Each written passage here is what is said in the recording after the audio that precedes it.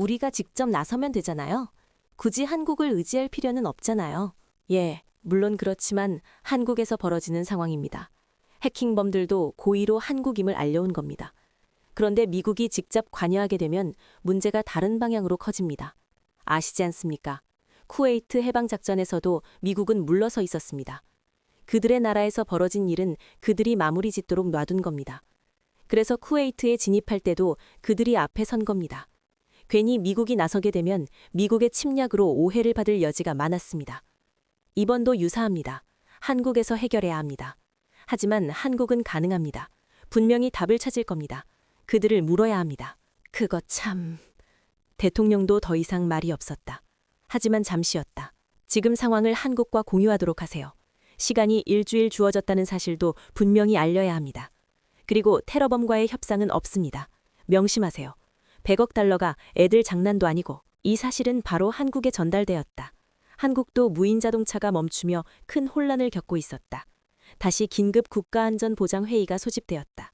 대통령을 포함해 이번에도 국가미래첨단기술연구원장도 참여하고 있는 최근 들어 가장 큰 대규모 회의였다. 1시간이라고는 하지만 사태가 심각합니다. 미국은 어떻습니까? 테러범들이 연락을 했다면서요? 대통령이 말문을 열었다.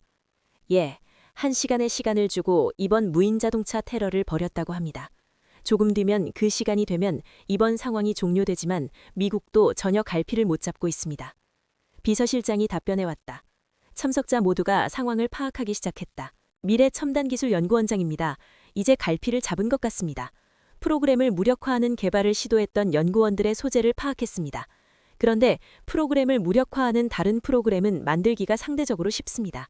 기존의 프로그램을 무력화하고 그 프로그램을 어떻게 전송하냐가 관건이라고 할 수 있는데 그걸 만든 것 같습니다. 원장은 자신감이 넘치고 있었다. 그렇다면 그들을 잡으면 문제는 해결되는 것 아닙니까? 대통령은 희망을 보고 있었다. 하지만 넘어야 할 산이 많았다. 맞습니다. 그런데 이미 한국에 없는 것 같습니다. 소재지는 얼마 전 급습했던 그 아파트가 맞습니다. 그건 바로 확인이 가능합니다. 출입국관리사무소 자료를 확인하면 됩니다.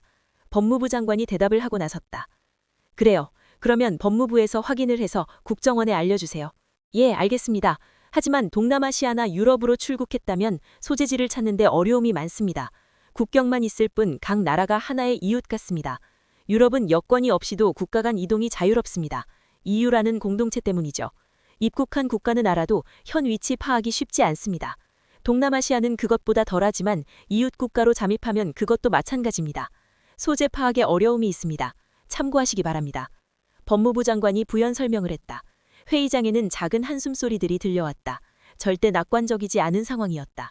그래도 찾을 수 있습니다. 전 세계의 국정원 요원들이 활동 중입니다. 시간은 걸리겠지만 반드시 찾을 수 있습니다. 그래요. 국정원 말대로 찾을 수 있어야 합니다. 그런데 그 해킹이 어떻게 이뤄진 거죠? 기술연구원장, 간단하게 설명 좀 해보세요. 대통령의 시선이 기술연구원장에게 집중되며 모든 참석자들의 시선도 그에게 향하기 시작했다.